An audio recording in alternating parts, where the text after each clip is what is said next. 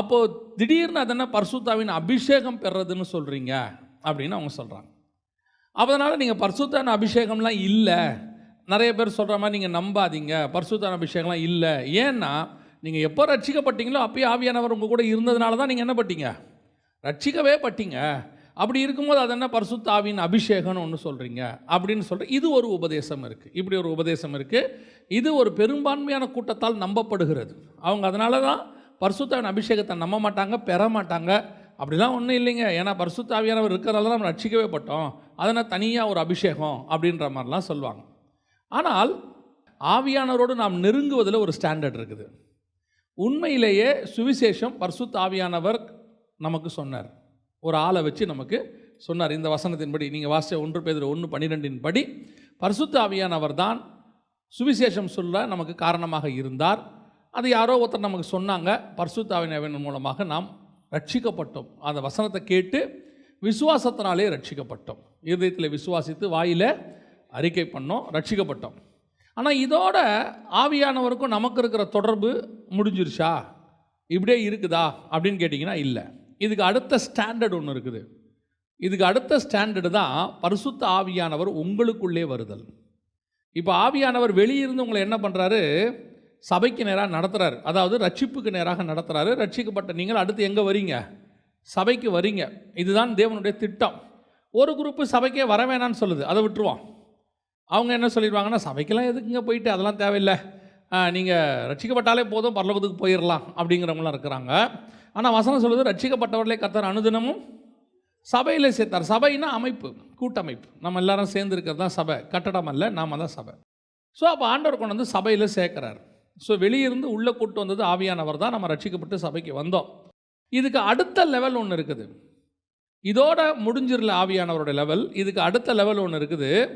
அதுதான் பரிசுத்த ஆவியினுடைய அபிஷேகம்னு நம்ம சொல்கிறோம். இயேசு கிறிஸ்து சொல்கிறாரு, உன்னதத்திலிருந்து பலன் உங்களிடத்தில் வருகிற வரைக்கும் நீங்கள் போய் என்ன செய்யுங்க, எருசலேமிலே காத்திருங்கள் அப்படின்னு சொல்கிறார்.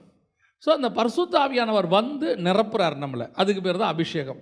அப்போஸ்தலர் நடபடிகள் 2ஆம் அதிகாரம் 2-3 வசனங்களை வாசிங்க. அப்பொழுது பலத்த காற்று அடிக்கிற முழக்கம் போல வானத்திலிருந்து சடுதியாய் ஒரு முழக்கம் உண்டாகி அவர்கள் உட்கார்ந்திருந்த வீடு முழுவதையும் நிரப்பிற்று. அல்லாமலும் அக்கினிமயமான நாவுகள் போல பிரிந்திருக்கும் நாவுகள் அவர்களுக்கு காணப்பட்டு அவர்கள் ஒவ்வொருவர் மேலும் வந்து அமர்ந்தது. இதான் பரிசுத்த ஆவியினுடைய அபிஷேகம். ஆவியினாலும் அக்கினினாலும் அபிஷேகம் பண்ணுகிறார்னு இருக்கு இல்லையா, அக்கினிமயமான நாவுகள் வந்து அமர்ந்தது. ஸோ இது வந்து பேசிக்காக உங்களுக்கு தெரியும். ஆனால் பெரும்பான்மையாக ஒரு கூட்டத்துக்கு இன்றைக்கி வெளியே ஒரு விதமான உபதேசம் போயிட்டு இருக்குது. அந்த உபதேசத்தில் பரிசுத்த ஆவி கிடையாது, அபிஷேகம் கிடையாதுன்னு சொல்கிறதுனால அவர்களுக்கும் இதை சொல்லணுன்றதுனால சொல்கிறோம். ஸோ பரிசுத்த ஆவியின் அபிஷேகம் என்பது நிச்சயமாக உண்டு.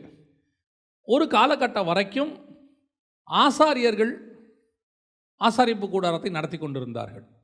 அவர்களுக்கு வேதம் கொடுக்கப்பட்டது. அதுக்கு பிறகு நியாயாஸ்திரிகள், அது வேரபாரகர், இப்படிலாம் இருந்தாங்க. அடுத்த காலகட்டத்தில் சபை, நம்முடைய சபைகள் வரும் பொழுது இப்போ நமக்கு போதிக்கிறது யாருன்னா ஆவியானவர் தான் சபைக்கு என்ன செய்கிறாரு, போதிக்கிறார். எப்படி சுவிசேஷம் சொல்கிறதுக்கு ஆவியானவர் ஒரு ஆளை யூஸ் பண்ணி சுவிசேஷம் நமக்கு சொன்னார்னு 1 பேதுருல வாசித்தோமோ, அதே மாதிரி சபையில் போதிக்கிறதுக்கும் ஆவியானவர் ஆட்களை செலக்ட் பண்ணுறார். சிலரை அப்போஸ்தலராகவும், சிலரை போதகராகவும், சிலரை மெய்ப்பராகவும், சபைக்குள்ளே சிலரை தீர்க்கதரிசியாகவும் வச்சிருக்கிறார். அப்போ அவங்க சபைக்குள்ளே இருந்து ஆவியானவர் கொடுக்கறதான தூதை வாங்கி நமக்கு தராங்க. அது அவங்க வாங்கி நமக்கு தர்றது. ஆனால் அந்த வசனம் உங்களுக்குள்ளே கிரியை செய்ய வேண்டுமென்றால் உங்களுக்குள்ளே ஆவியானவர் இருக்கணும். ஆவியானவர் உங்களுக்குள்ளே இருந்தால் தான் வேத வாக்கியங்களுடையதான அர்த்தம் உங்களுக்கு புரியும், ஆழம் தெரியும். இப்போ நீங்கள் வாசித்த வசனத்தில், எபேசரில் வாசித்ததை, கர்த்தருடைய ஆழம், அகலம், நீளம், உயரம் எல்லாத்தையும் நமக்கு சொல்லி கொடுக்கறது யாருன்னு கேட்டிங்கன்னா பரிசுத்த ஆவியானவர் தான். அவர் தான் நமக்குள்ளே இருந்து நடத்துகிறார். அப்போ அந்த பரிசுத்த ஆவியினுடைய அபிஷேகம் என்பது ரொம்ப ரொம்ப முக்கியம். பரிசுத்த ஆவியானவரை நீங்கள் பெற்றுக்கொண்ட பிறகுதான் வசனத்தினுடைய ஆழத்துக்கே நீங்கள் போவீங்க. ஏன்னா வேத வாக்கியங்களெல்லாம் தேவ ஆவியானவராலே அருளப்பட்டிருக்கிறது. ஒரு ஆத்தர் வந்து என்ன சொல்கிறாரோ அதுதான் சரியான வியூ.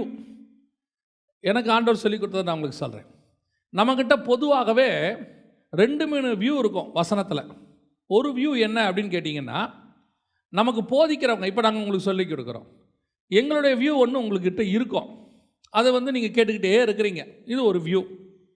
இது இல்லாமல் நீங்கள் வாசிக்கும் போது உங்களுக்கு ஒரு வியூ அதில் ஒன்று கிடைக்கும். நீங்கள் அதை வாசிக்கும் போது உங்களுக்கு ஒன்று தெரியும். இது ஒரு வியூ. ஆனால் உண்மையிலேயே ஆவியானவருடைய வியூ ஒன்று இருக்குது. வேத வாக்கியத்தை அவர் தான் எழுதினார் இல்லையா, அவரோட வியூ ஒன்று இருக்குது. அதை கேட்டு வாங்கணும். அப்படி வாங்கும்போது தான் அந்த வசனத்தினுடைய உண்மையான அர்த்தம் உங்களுக்கு புரியும். நான் சொல்ல உங்களுக்கு புரியுதா? இப்போ பவுலுக்கிட்ட பார்த்தீங்கன்னா சபை மூப்பர்கள் எழுதி கொடுத்தது அவர் கையில் இருந்துச்சு. அதை போய் அவங்க என்ன பண்ணுறாங்க, சபைகள் தோறும் பிரசங்கம் பண்ணினார்கள் அப்போஸ்தலர் நடவடிக்கைகள் சொல்லுது. எல்லா இடத்துலையும் போய் சொன்னாங்க. அதே நேரத்தில் பவுல் என்ன பண்ணுறாரு, நியாயப்பிரமாணத்தையும் கரைச்சி குடிச்சிருக்கிறாரு. அவர் சொல்கிறாரு, நியாயப்பிரமாணத்தினால் நீங்கள் என்ன செய்ய முடியாது, குற்றம் சாட்ட முடியாதுன்ட்டார். நியாயப்பிரமாணத்திலையும் கரைச்சி குடிச்சிட்டார். இதை ரெண்டையும் தாண்டி மூணாவதாக பவுல் சொல்கிறாரு, உங்களுக்கு ஒப்புவித்ததை கர்த்தரிடத்தில் பெற்றுக்கொண்டேன். கம்யூனியன் ஆக்சுவலாக யார் அவருக்கு சொல்லி கொடுத்துருக்கணும்? கம்யூனியன் பற்றி அந்த ராத்திரியிலே அவர் அப்பத்தை எடுத்து பிட்டு இதை யார் சொல்லி கொடுத்துருக்கணும்? அப்போஸ்தலர்கள் சொல்லி கொடுத்துருக்கணும். அவங்க சொன்னாங்க, நீங்கள் நைட்டுப்பா இயேசு கிறிஸ்து போகிறதுக்கு முந்தின நாள் அப்பத்தை எடுத்தாரு, பிட்டாரு, கொடுத்தாரு அப்படின்னு சொல்லி கொடுக்கணும்ல. அவங்க சொல்லி கொடுக்கலங்கிறத பவுல் நமக்கு தெளிவாக சொல்கிறாரு. உங்களுக்கு ஒப்புவித்ததை கர்த்தரிடத்தில் பெற்றுக்கொண்டேன். அப்போ ஒரே கம்யூனியனுக்கு எத்தனை வியூ இருக்குது பாருங்கள். ஒன்று சபை மூப்பர்கள் அவருக்கு சொல்லி கொடுத்தது ஒன்று இருக்கு, அவர் நியாயப்பிரமாணத்தில் படித்தது ஒன்று இருக்கு, அதையும் தாண்டி கர்த்தர் கொடுத்தது ஒன்று இருக்கு. இந்த இடத்துக்கு தான் நீங்கள் நானும் வரணும். இதுதான் ஆவியானவராலே நடத்தப்படுதல். ஒவ்வொரு வேத வசனத்தையோ அல்லது கர்த்தரிடத்திலிருந்து விளக்கத்தையோ பெற்றுக்கொள்ள வேண்டுமானால் உங்களுக்குள் ஆவியானவர் இருந்து அதை படிக்க வைக்கணும். இப்போ போதிக்கிறதை கேட்கிறது நல்லது. ஒரு ரெஃபரன்ஸ், ஒரு கதை ஒன்று சொல்லுவாங்க, நீங்கள் கேட்டிருப்பீங்க. ஒருத்தன் புதையல் தோண்டிக்கிட்டே போனானா, ஒரு 5 அடி தோண்டிட்டானா, புதையல் என்ன செய்யலை, கிடைக்கலையா. அப்புறம் அவன் போயிட்டானா, அடுத்து ஒருத்தன் வந்தானா, அவன் 1 அடி தோண்டினானா, தோண்டினோன்னு என்ன கிடச்சிருச்சு, புதையல் கிடச்சிருச்சு. இதில் கொஞ்சம் வித்தியாசம். இப்போ நாங்கள் சொல்கிறது, நாங்கள் உங்களை 5 அடி வரைக்கும் நடத்துவோம், நீங்கள் தான் அடுத்த 2 அடி தோண்டணும், அப்போ தான் உங்களுக்கு ஒரு புதையல் கிடைக்கும். நாங்கள் ஏன் உங்களை 5 அடி வரைக்கும் நடத்திட்டோம் தெரியுமா? 5 அடி வரைக்கும் தோண்டினதில் எங்களுக்கு ஒரு புதையல் கிடச்சிச்சு. புரியுதா? அந்த புதையலை நாங்கள் எடுத்துக்கிட்டோம், அந்த புதையல்லேருந்து உங்களுக்கும் கொஞ்சம் கொடுத்துட்டோம். இப்போ நாங்கள் போயிட்டோம். இப்போ நீங்கள் என்ன நினைக்கிறீங்க, அவர் கொடுத்த புதையல்லையே வச்சு நம்ம என்ன செய்யலாம், காலத்தை ஓட்டிடலான்னும் போது அப்படி போகிறவங்களும் இருக்காங்க. இன்னும் கொஞ்சம் ஆள், இந்த இடத்துல இந்த ஆள் தோண்டினானே, 5 அடியில் ஒரு புதையல் வந்துச்சே, நாம் ஒரு 2 அடி தோண்டி தான் பார்ப்போமே, நமக்கு ஏதாவது கிடைக்குதா, தோண்டுனா இன்னொரு புதையல் அடுத்த 2 அடியில் இருக்கும். வேத வசனத்தை பொறுத்த வரைக்கும் இயேசு வர வரைக்கும் நீங்கள் தோண்டிக்கிட்டே இருக்கலாம், புதையல் வந்துக்கிட்டே இருக்கும். புது புது காரியங்களை ஆவியானவர் உங்களுக்கு சொல்லி கொடுத்து கொண்டே இருப்பார். நீங்கள் அதுக்கு தான் பிரயாசப்படணும். கேட்கறது சந்தோஷம், ஐயோ அவருடைய செய்தி கேட்டாங்க ரொம்ப நல்லா இருந்துச்சு, சந்தோஷம். அதிலிருந்து அடுத்த ஸ்டெப்புக்கு நான் போகணும். அடுத்து அது உள்ள என்ன இருக்குது, வேற என்ன டைமென்ஷன் இருக்குது. இதுதான் ஆவியானவர் உங்களுக்குள்ளே வரும்போது நடக்கிறதான சம்பவம். அதனால தான் பரிசுத்த ஆவி அவர்களுக்குள்ளே வந்தது அப்படின்னு பார்க்குறோம். சரி, இது ஒரு ஸ்டாண்டர்ட். நீங்கள் பரிசுத்த ஆவியை பெற்றுக்கொண்டது ஒரு ஸ்டாண்டர்ட். ஒரு காலகட்டத்தில் பரிசுத்த ஆவியை நீங்கள் பெற்றுக்கொண்டீர்கள், இது ஒரு ஸ்டாண்டர்ட். நிறைய பேர் என்ன செய்கிறாங்கன்னா, இதோடைய தங்கள் வாழ்க்கையை என்ன பண்ணிடுறாங்க, ஓட்டி முடிச்சிடுறாங்க. பரிசுத்த ஆவியை பெற்றுக்கொண்டோமே, அடுத்த ஸ்டாண்டர்டுக்கு போனோமா? நல்லா தெரிஞ்சுக்கொள்ளுங்க, ஆவிக்குரிய வாழ்க்கை என்பது வளர்ச்சி நிறைந்தது.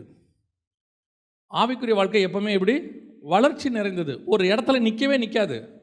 வசனம் சொல்லுது, அவர்கள் மகிமையின் மேல் மகிமை அடைந்து பரிசுத்தம் உள்ளவன் இன்னும் பரிசுத்தமாகட்டும், நீதி செய்கிறவன் இன்னும் நீதி செய்யட்டும். அடுத்த லெவலுக்கு போயிட்டே இருக்கணும். ஒரு இடத்துல நீங்கள் போதுன்ற திருப்தி உங்கள் ஸ்பிரிச்சுவாலிட்டிக்குள்ளே வந்துருச்சுன்னா நீங்கள் செத்துட்டீங்கன்னு அர்த்தம். ஸ்பிரிச்சுவலி புரியுதா நான் சொல்கிறது? ஸ்பிரிச்சுவாலிட்டி நம்ம என்ன ஆகிட்டோம், அந்த இடத்துல சாக தொடங்கிட்டோன்னு அர்த்தம். ஆனால் ஸ்பிரிச்சுவலி வளர்ந்துகிட்டே இருக்கணும். இப்போ பாருங்கள், மோசே முச்செடியில் ஆண்டவரை பார்க்குறாரு. இதுவே மகா மேன்மையானது, மகா மேன்மையான. நம்ம லைஃப்பில் முச்செடியில் ஆண்டவர் ஏறி அந்த அவியாத முச்செடியை பார்த்துருக்குறோமா? நம்ம பார்க்குறதெல்லாம் எரிஞ்சு போகிறது தான் பார்த்துருக்குறோம் இல்லையா? நம்ம பார்க்குற எல்லாமே என்னவாயிடுது, எரிஞ்சு போயிடுது. எரியாத முச்செடியை பார்க்குறாரு. இதுவே இருக்கிறதுலே பயங்கரமான விஷன். சரி, ஓகே. அடுத்து ஆண்டவர் சொல்கிறாரு, மலைக்கு மேலே ஏறி வான்றார். அங்கே போகிறாரு, அது ஒரு விஷன். அதுக்கப்புறம் ஒரு மேகம், ஆண்டவர் சொல்கிறாரு, உன்னை குறித்த பயம் அவர்களுக்கு உண்டாகும்படி நான் என்னுடைய மகிமையெல்லாம் அவர்களுக்கு காட்டப் போகிறேன், நீ மலைக்கு மேலே வா. வந்தார். இப்போ 2வது ட்ரிப்பு, ஒரு கரு மேகம் வந்து மூடுது, இடி மின்னல் எல்லாம் வருது, கீழே இருக்கிறவன் பயப்படுறான், இவர் மேகத்துக்குள்ளே போயிட்டார். இது அத்தப்பட்ட மகிமை. அதான் மகிமையின் மேல் மகிமை அடைந்து. ஆனால் மோசேக்கு அது திருப்தி ஆகவே இல்லை, அவருக்கு திருப்தி ஆகலை. அடுத்து என்ன பண்ணுறாரு தெரியுமா? ஒரு இடத்துல ஆண்டவரை பார்த்து கேட்குறாரு, ஆண்டவரே, நான் உம்முடைய மகிமையை பார்க்க வேண்டும். ஓ, இவ்வளோ பார்த்தி, அது என்னையா பார்த்த? அதெல்லாம் இருக்கட்டும் ஆண்டவரே, உங்ககிட்ட இன்னும் கொஞ்சம் இருக்கும், அடுத்த லெவலுக்கு என்னை கூட்டிகிட்டு போங்க. கர்த்தர் சொல்கிறாரு, இல்லை என்ன பார்க்கணுன்ற, முகமுகமாக பார்க்கணும். இப்போ ஃபார்முலாவே மாற்றுறாரு. என்ன ஃபார்முலா மாற்றுறாரு? என் அண்டையில் ஒரு இடம் உண்டு, கண்மலை வெடிப்புண்டு, நீ அங்கே வா, கரத்தில் மூடுறேன், நான் கடந்து போகிறேன், அப்போ கூட முன்னாடி பார்க்க மாட்டேன், பின்புறத்தை பார்ப்பேன். மோசே கேட்டாச்சு, பார்க்கணும்னு கேட்டாச்சு, எப்படியாவது பார்க்க வச்சிருவோம். இதுதான் மகிமையின் மேல் மகிமை அடைதல். அடுத்த லெவலுக்கு ஆவிக்குரிய வாழ்க்கையில் வளர்ச்சி போயிட்டே இருக்கணும். அதனால தான் நான் சொல்வேன், தானியேலுடைய ஆவி நமக்கு கண்டிப்பாக வேணும். 6ஆம் அதிகாரத்தில் விளக்கத்தை கேட்க ஆரம்பிப்பாங்க ஆண்டவர்கிட்ட. 7ஆம் அதிகாரத்தில் ஆண்டவரை பார்த்து கேட்பான், இந்த 10 கொம்புகளை குறித்தும் இந்த சின்ன கொம்பை குறித்தும் நான் அறிய ஆவலாக இருந்தேன். 7ஆம் அதிகாரத்தில் கேட்டவன் சாக போகிற வரைக்கும் கேள்வி கேட்டுக்கிட்டே இருப்பான். இந்த 1335 நாளை குறித்தும், இந்த 2300 நாளை குறித்தும் அது விளக்க என்ன. ஆண்டவர் கடைசி என்ன தெரியுமா சொல்லுவார்?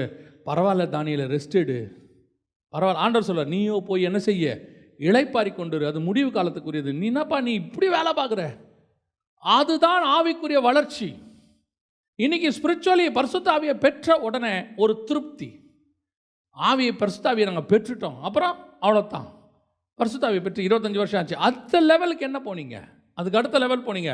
நான் மினிஸ்ட்ரியை பற்றி பேசவே இல்லை, ஸ்பிரிச்சுவல் ஸ்டாண்டர்டை பற்றி பேசுகிறேன்.